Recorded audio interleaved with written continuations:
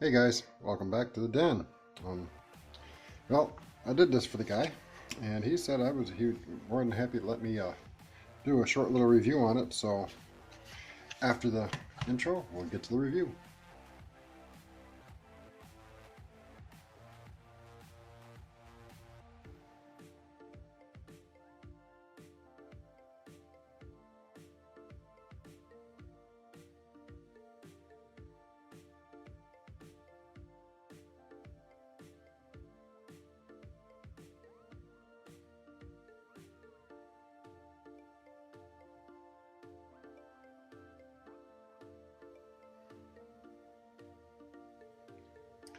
All right, welcome back. And first off, might as well tell you what it is. This is Sar K2P. Oops, get some light on the subject here. So Sar K2P, 9mm.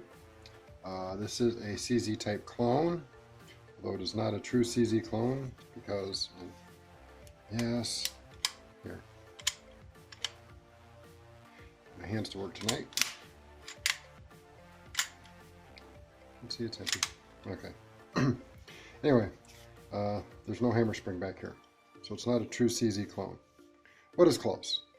It does have some of the same properties as a CZ, as in it rides on the inside here. And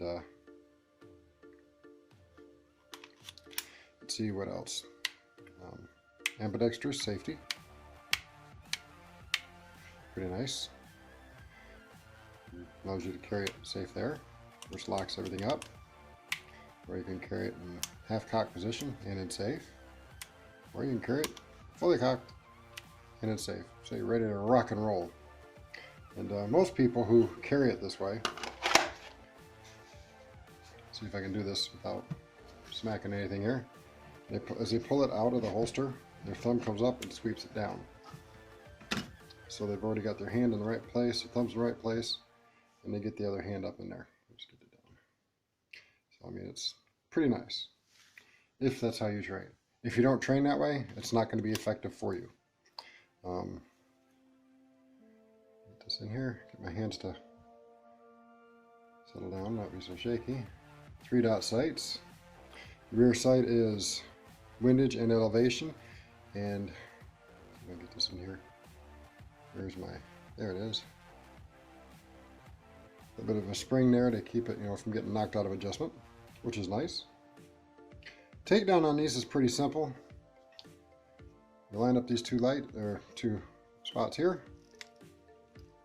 and then you just push on that pin down there.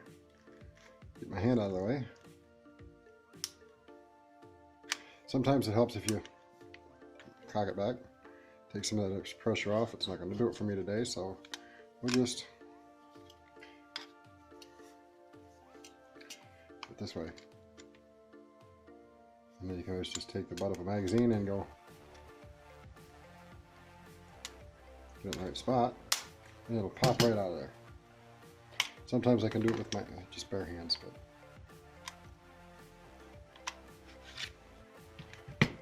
typical fare underneath the hood here. I did some polishing for him. Get it all nice and shiny for him. That's it. Weapon is weapon. Typical 9-captured spring. This is stainless, which kind of give it a nice polish. And it's dual spring. And the reason I polish these myself is it allows the springs to ride with no drag. Anything that's, if you polish anything, it gives it a smoother surface and a whole lot less drag. See if I can get the barrel out of there. Oops. Nice shiny barrel. Nice job of polishing on the feed ramp there. I can almost see myself. Ooh, that was scary. Also did some polishing along here for him. That way it'll nice and smooth. The inside of your rails right here is where it rides. So it'll be on the outside of your barrel here, your slide. I didn't polish that up a whole lot because it does run nice and smooth. And I didn't want to take the coating off, but I did clean it really well. I did put a light coat of wax or polish on the bottom of the ramps here.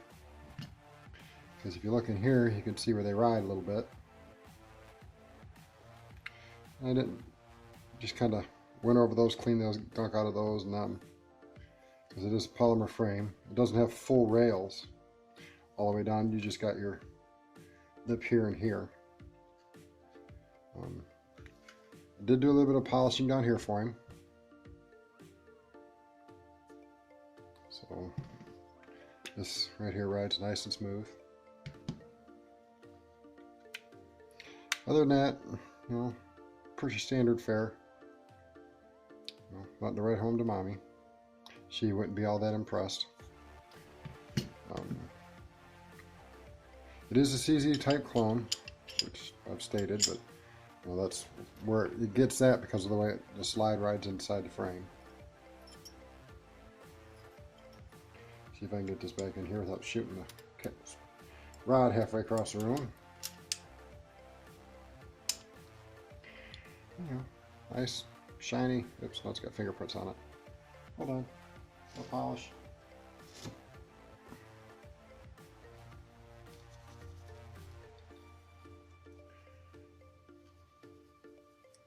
Me personally, if it was mine, I don't know if I'd want all this shiny hanging out the back of it, but he does, so that's what we've got.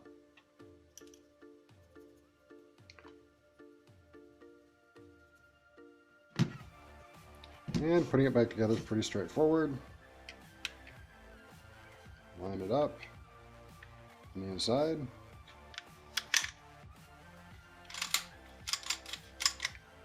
Nice and smooth. Line your pinholes back up. And there we go. Now, some people don't like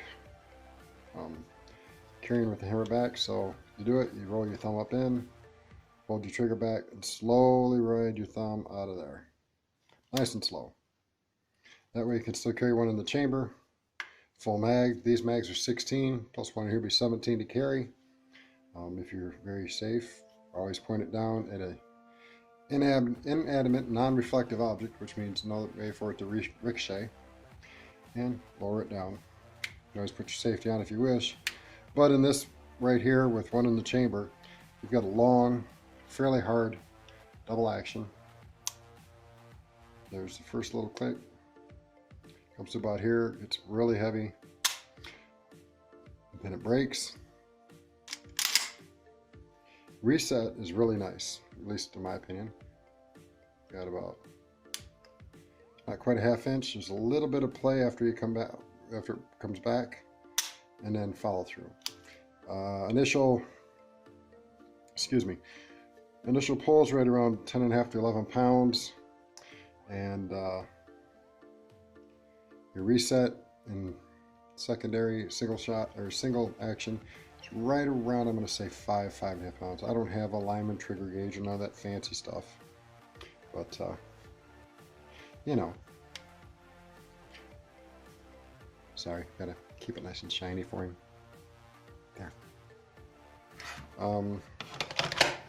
As far as magazines go, these are Metgars. At least that's what everybody seems to think, and I tend to agree after having owned a few myself. These are 16 rounders. Just out of kick and giggle, I did manage to load 17 in these, but it makes it really tight here at the top. I would be worried about reliable feeding, so 16 is, you know, it. These are the same, and these do take a CZ mag, CZ 75B mags. And you can get 17 and 19 round. And let's see, there's another one. Oh, not Metgar, what's the other one? Pro Mag. Yes, I swore. I'm sorry. But Pro Mag also has a 32 round CZ75B mag. Now there's hit and miss stories on that. They say in the CZs they're not reliable, but in the clones, they work just fine. So who knows? You know, it's a matter of interpretation, I guess. And some guys will have better luck than others. But the stock fit nice and flush, and of course you get the extended ones are going to stick out a little bit. But just a short little review. I am working with the guy. I may wind up being able to own this eventually. He needs a lot of axes and other stuff sharpened and some other holsters made. So I may be doing that to acquire this one eventually. We shall see. But with this, yeah, I know it looks cheesy, but he's the guy I did the Ruger for. And he liked the way that turned out. The little inner tube there. Just a little bit of rubber. And, you know, his hands are about the same size as mine. Maybe a little bit smaller. But, yeah, his are smaller because his finger only comes to about here. Mine goes all the way up to the rail there. So his hands are a little bit smaller. But this gives him, and I kind of agree, just a little extra grip because this polymer here is really smooth. There's not a whole lot of grip in this texture here. In the front or the back, it's just kind of lines. So, well, that gives just a little extra. And even when wet, you'll still get a little bit more purchase on this than you would the straight polymer. And an inner tube is, well, $2 compared to $15 for a Magpul or some other brand sleeve to go over it. May look a lot prettier, but this does just the same job. So I think it's okay. He thinks it's okay. That's all that matters. Still got a little bit of oil hanging out the bottom there. So yeah, I just finished getting it all nice and cleaned up for him. So that's it. Nothing fancy, nothing special. I like it. It's a little heavy in my opinion for a carry gun, but it is small enough to be carried if you're a bigger person. He has this so he can set it up during the winter months for outside the waistband carry, concealed, because this coat's going to cover it up quite well. I mean, this actually will ride up kind of high, at least in my opinion. Now your belt's here. Most people have it sit like this. He's going to have it sit like this. So it's going to be a little top heavy, but that's where he wanted it, so that's the way we made it. And we've flattened out the bottom here just to make it a little more aesthetic from the way it originally was. But yeah, that's it. That's all. Hope you enjoyed. Later. Hey, this is Dave. Thanks for watching the Den. If you like what you see, hit the little subscribe button that's going to be up here or down there. If you want to know when we release a new video, hit that little bell icon, click receive notifications, and that way you know when we release a new video. Again, thanks for watching the Den. I'm Dave. I'm Charlie. Remember, keep them loaded. Keep it safe. Peace.